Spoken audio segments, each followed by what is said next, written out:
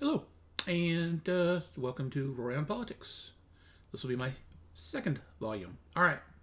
So last week I talked about supply side economics or trickle down economics, which was basically the Republican concept for how to improve the economy. The idea being if you deregulate all the companies and if you give them tax breaks, then they will have a lot more money and then they will spend that more money on creating jobs, and that will, of course, raise the economy. So you can look in my channel for that. Today is the opposite economic theory. Instead of talking about the supply side, where you somehow help the company to do better, you work on the demand or the consumer side of things. Every company needs a product to sell or a service, okay? Something they make, something, that they provide. And that's, one half. That's what the company basically does. But the company also needs, in order to exist and thrive, somebody to buy or purchase those products or services. And we all really know this as Americans and living in a capitalist society. But it bears thinking over and considering, especially for the ramifications for how things work. Because what happens is people focus on one thing and then they kind of lose track of the trees in the forest bit. So, demand side economics is all about how do you increase the demand. The idea being that if you increase the demand for a product, then the company will thrive and grow because there's more people to buy whatever they're selling.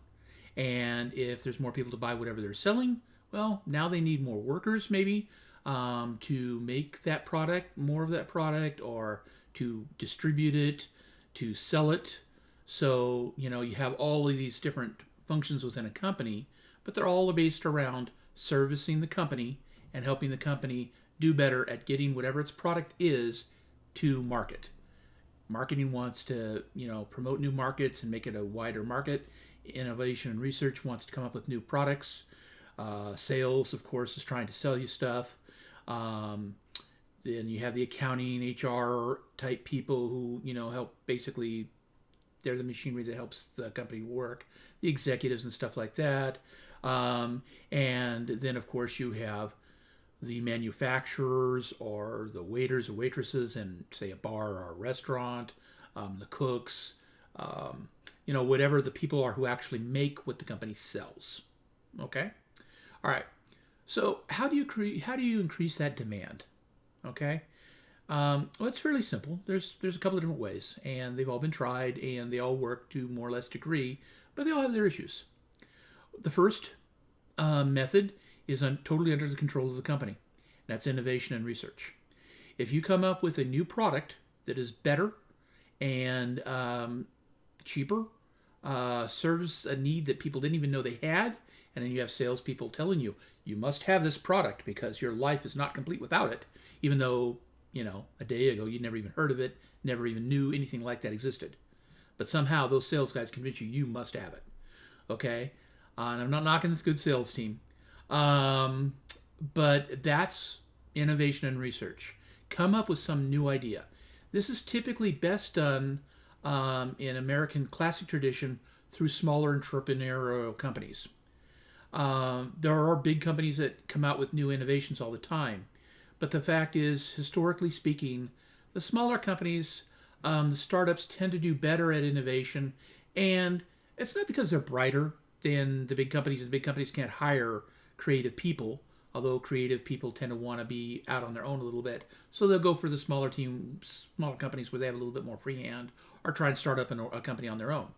And then when they get well enough and it's going, they then turn around sometimes and pass it along to their descendants, shareholders. They incorporate, go public, or they just sell the company because it's like, I started this company to come up with this cool idea and make it, make people realize how cool it was, but I can't run a business.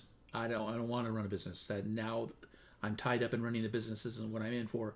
So they get tired of it and they leave the company. And but the main reason an entrepreneur company is, are small startups and stuff like that, is on average do better, even though they typically will have less resources to come up with new research, is because they're not conservative. I don't mean political conservative. I mean the actual traditional word of the conservative. What happens is, as you grow, as you become bigger, you become more conservative, more consolidated in your stance. You start to think, I'm doing, the way we were always doing it is always the best way. You're less prone to take risks because we have more to lose. Fresh startup companies they don't have that much to lose. They're, they've got fresh energy, so they're more risk taking, and so they tend to come up with the more innovation products. This is why we like to encourage small businesses, or at least we used to. All right, so the problem with that, as relying on the company, is you got to wait for the next big thing. Okay, cell phones. They were a great thing. They created a lot of stuff to the economy. They relied on a lot of various secondary technologies, and they drove a lot. Computer games in the 80s drove the computer industry. People would come up with these new cool games. They'd try and sell them, but you had to have the latest, best computer to run them. And so people would go out and buy new computers all the time. They keep buying new computers.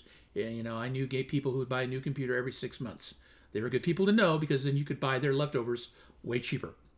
So what would happen would be you could go out and come up with a new idea, okay, and it can change the world, all right? Or it could be a new idea that doesn't really change the world, but still has a decent impact. But the problem with that, there are only so many ideas out there, and there are only so many really good people coming up with these ideas.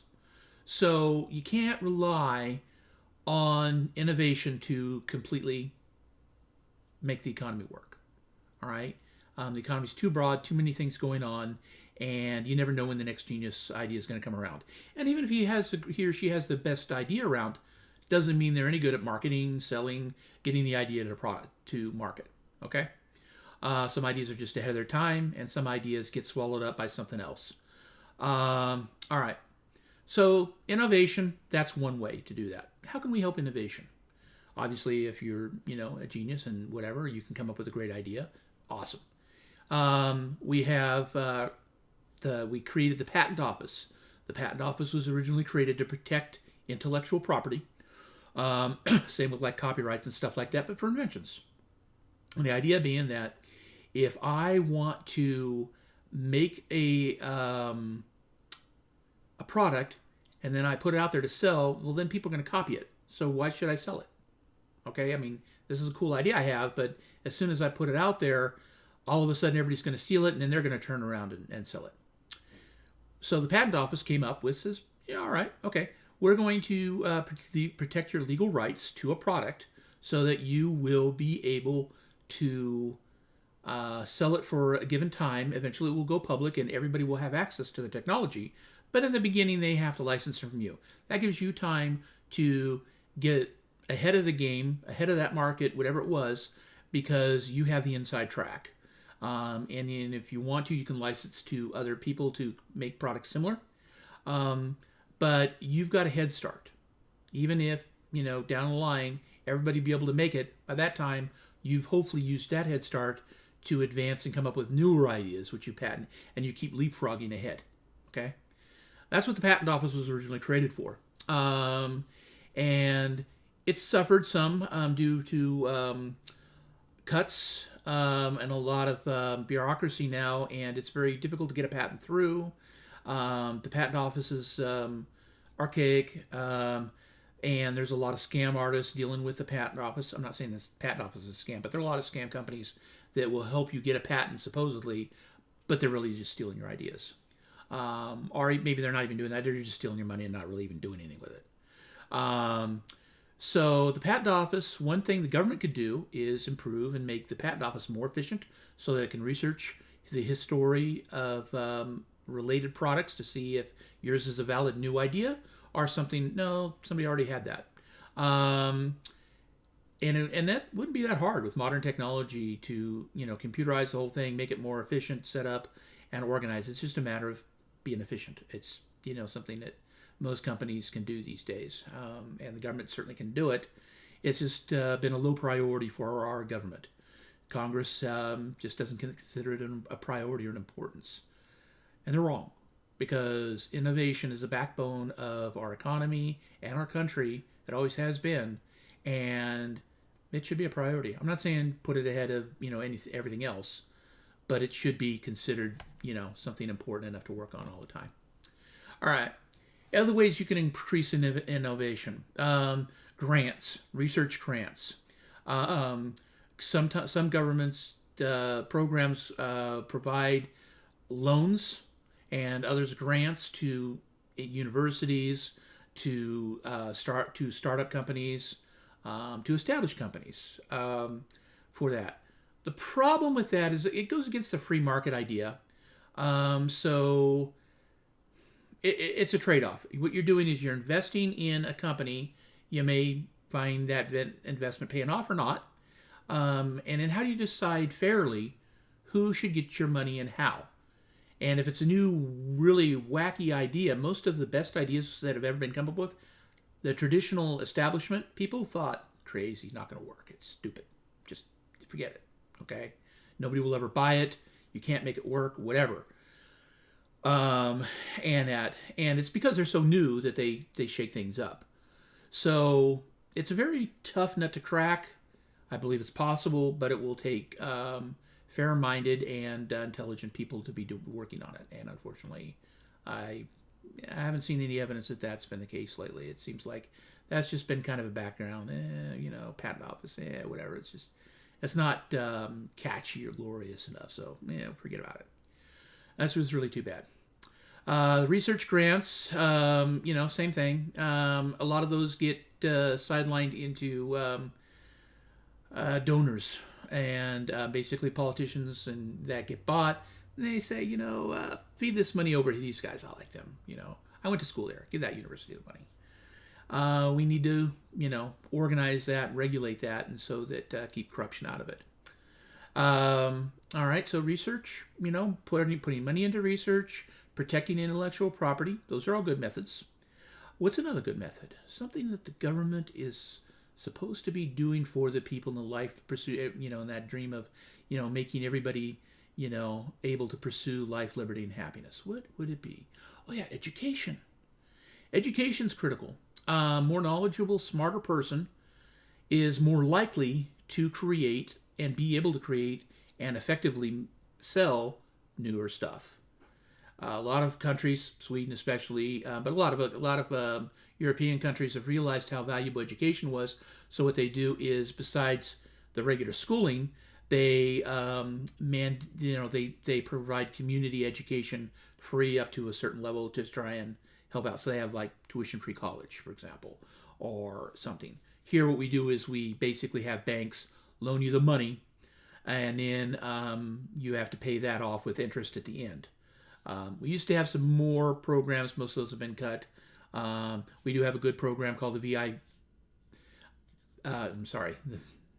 called the GI Bill. I almost gave the name of another bill, which was I was in the service of what I used, which wasn't as good. So they canceled it after a few years. The GI Bill, from those people who were eligible for it, was pretty good. Not as good as it used to be, but still, it helps a service person who sacrificed and was willing to sacrifice their lives for the country get a head start on college, because instead of going into college right away, they deferred themselves, went through into military service, come out of military service, and now a lot of times there's skills that you learn in the military aren't very marketable. I mean, I learned how to make bombs. I can't just walk down to the local store and say, hey, I know how to build a bomb. I know how to store one. I know how to move it around. I worked in warehousing in the service, so we hauled munitions, and I could move things around. Well, a lot of the vehicles and equipment we use was kind of specialized, so and a lot of jobs like that. And entry treatment, that's not really a useful skill in the civilian market. Sometimes you can go into police and security forces and stuff like that, but the GI Bill was a way to help pay the servicemen back for that time that they lost by joining the service on developing themselves and making them better. and say, hey, we give you this money back, and then you can get back started, and you're not a drain on the economy too. All right, well, that's good. Okay, what else can we do? Well, the progressive wing of the party, the so-called Bernicrats, are like for a free education, for like a community college level. So basically, what happened would be a state or a city would help, possibly pay for community college to offset, just like they do for grade school, junior high, high school, and stuff like that. Or maybe federal government offsets it. There's different ways. There are Pell Grant systems we used to have. I think that's pretty much gone now. But there's ways. If you improve the overall education, that's another way of doing it. That's a long-term solution. It's not going to do it right away because it takes you educate somebody now, years later you see results. All right. So that's many ways that they can do the kind of a broad stroke. What about something more immediate? I mean, we're coming out of a recession. The deregulation of the banking industry caused the housing market. The banks sold off, lots of foreclosures, housing. It was a big problem, and that was the big thing Obama had to deal with when he came into office. And has been working on since to try and build the economy up, and it's been slow going. I mean, you can't have a recession. What really was a depression, and I mean, it wasn't as bad as the Great Depression, but it was pretty bad. So how do it takes a while to come up there. So what do? Well, we make that demand thing again. How do you do the demand? If I want to go to a movie, okay, and I want to pay my money on the food, the snacks, the theater production, I'm helping pay for the people at the theater and the people in Hollywood. I want to go to a restaurant. I'm helping the people who are working at the restaurant, the cooks, the waiters, the staff, the people, the management, everybody there, okay? Plus the truckers that get the food to the restaurant, the farmers who grow food for the restaurant. I go to the grocery store, same thing. People who distribute it, people who make it, and the people running the store. They all profit by me spending money there. Well, in order for me to spend money, I've got to have it, right? That's one of the problems. Due to inflation, is basically the value of the dollar, okay, versus a standard. And what happens is wages have been pretty much stagnant for decades. And this goes back to mostly when the unions were killed off. And a lot of those jobs, the union job busting jobs, the so-called right to work movements, which is really right to fire. The idea being that a corporation can fire you, it's at will appointment. They can fire you anytime they want for no reason. They don't have to give a reason. They just fire you. Now, there's still legal protections. If they tell you why they fired you and it was for an illegal reason, you can get them in trouble. But they just don't tell you, and not much you can do about it typically. And it was marketed, very catchily. It's like, ooh, right to work sounds good. And people don't read the fine print. So the economy's been stagnant because of movements like that, attacking labor. The corporations, they haven't had any rules. We haven't raised the federal minimum wage in, a long time. Some states have experimented with raising the minimum wage here and there, and that helps their local economies, but it doesn't help all of America. It just helps that area there. So what do? Well, some people say raise the minimum wage, which I tend to agree with. There are downsides to it. You can't raise the minimum wage too much too quickly, because the companies need to adapt. They need to be able to raise their prices to compensate and stuff like that. But what'll happen is if you raise the wage, well, then all the workers have more money to spend. Now, the counter to this is, well, yeah, but you're raising employee cost, so the company doesn't have that money. They have to raise their prices. So sure, your wage got raised, but the prices went up too. Well, the reality of the way that scale works is a majority cost of a company is not actual wage costs. Okay, for most, it depends on the industry. It's significant. It is important. But, they have a lot of other costs too. Healthcare, which is why a lot of companies try and stay artificially small, or they only hire part-time workers because then they can avoid paying healthcare. Which is a whole other, that'll be another video.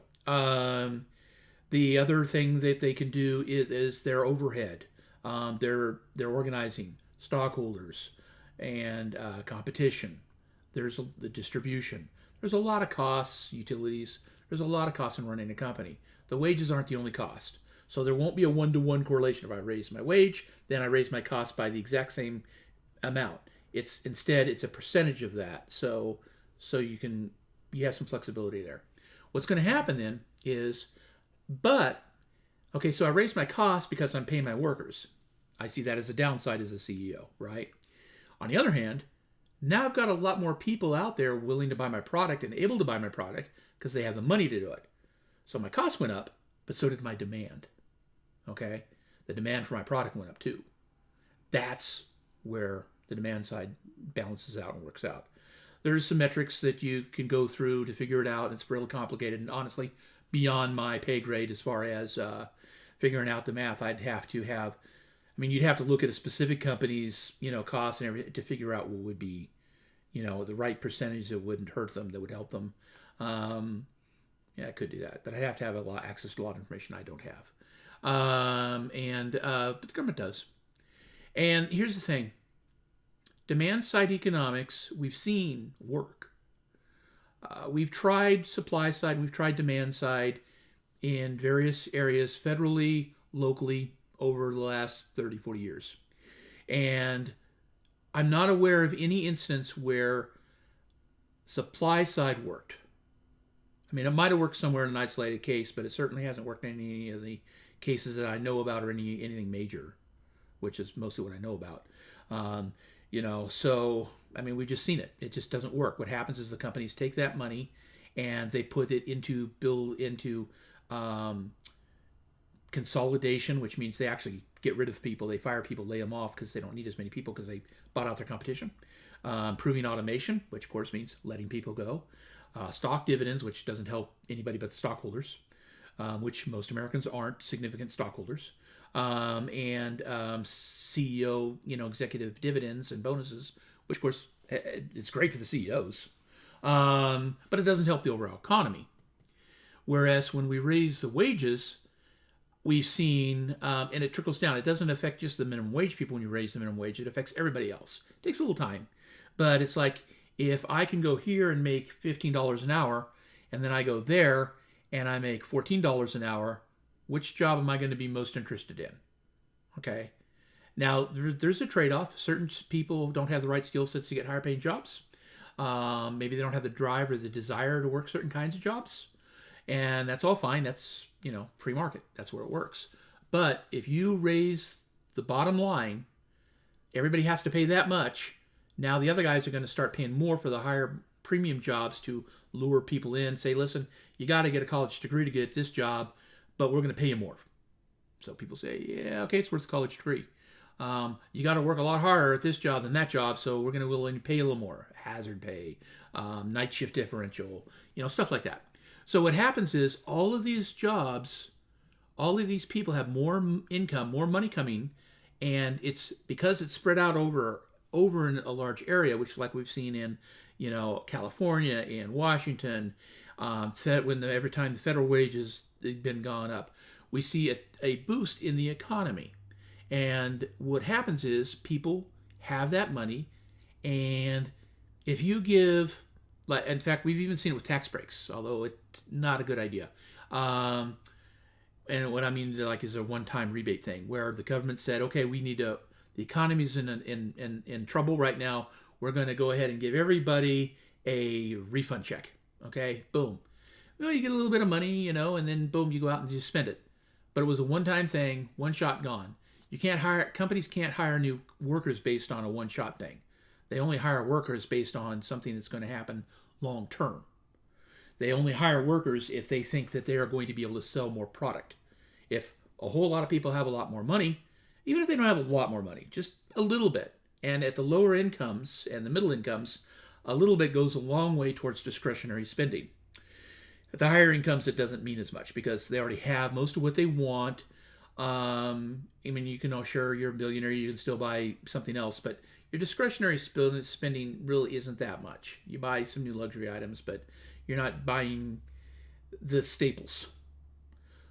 lower income people, middle income people, now they can afford some minor luxury items, or maybe major luxury if they're upper middle. So that helps that. But the staples, which is where most people work and most of the products that America is built on, those go up. The demand for those go up because more people are buying them, which means they need to hire more people to make, sell, distribute the products. It's really a pretty simple idea. And that's what demand side economics is all about. If you help innovation and if you can encourage greater demand for the product by raising wages, you're going to have people able to spend money on more products, which means more jobs. It's really simple, straightforward. All right, thank you much for your vote. Please like, comment on the videos, and I'll hit whatever topic. I have an agenda of topics. I'll be doing this once a week. Maybe I'll be doing a few extras here and there, but I'm going to be doing at least one a week. And then what I'll do is also be looking at, besides the items I have on my plate, stuff that anybody who comments on these videos suggests or requests or contacts me directly about. So, all right, you have a good day and have an awesome week and take care of yourselves. And remember to vote.